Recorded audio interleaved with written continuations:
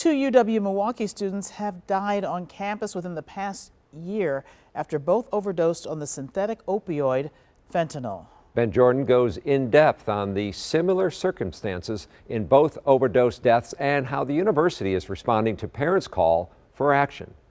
The parents of the two UWM students who died from drug overdoses last year in separate incidents say both freshmen thought they were buying prescription pills to get high, but their autopsies found fentanyl was to blame instead.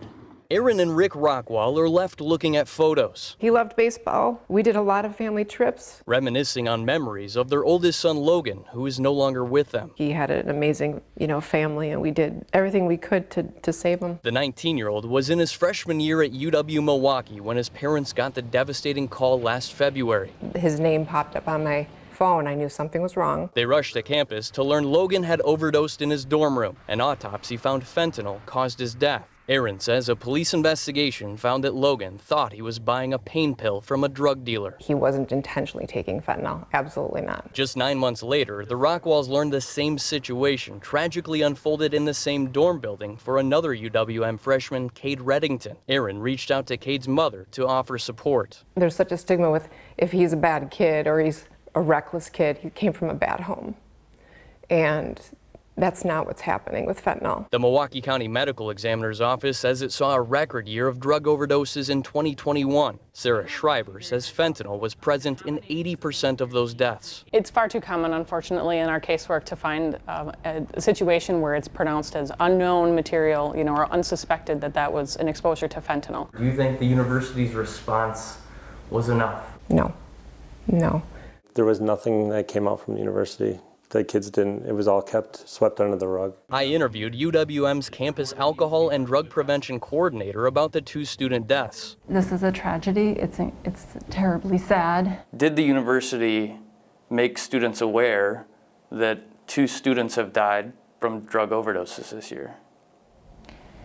The university uses safety alerts to inform students of threats to public safety, things like crimes, sometimes weather events. And what we do through a variety of other channels is to communicate about safety issues.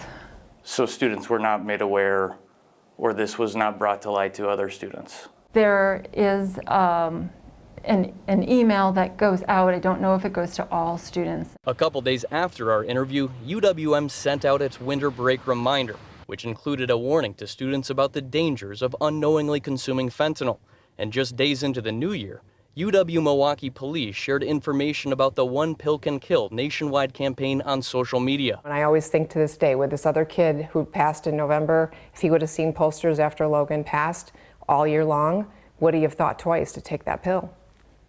It's possible. ERIN and Rick are now working with UW system administrators to put fentanyl awareness posters and Narcan kits on all college dorm floors to prevent overdoses from turning fatal. There's fire extinguishers on every dorm floor.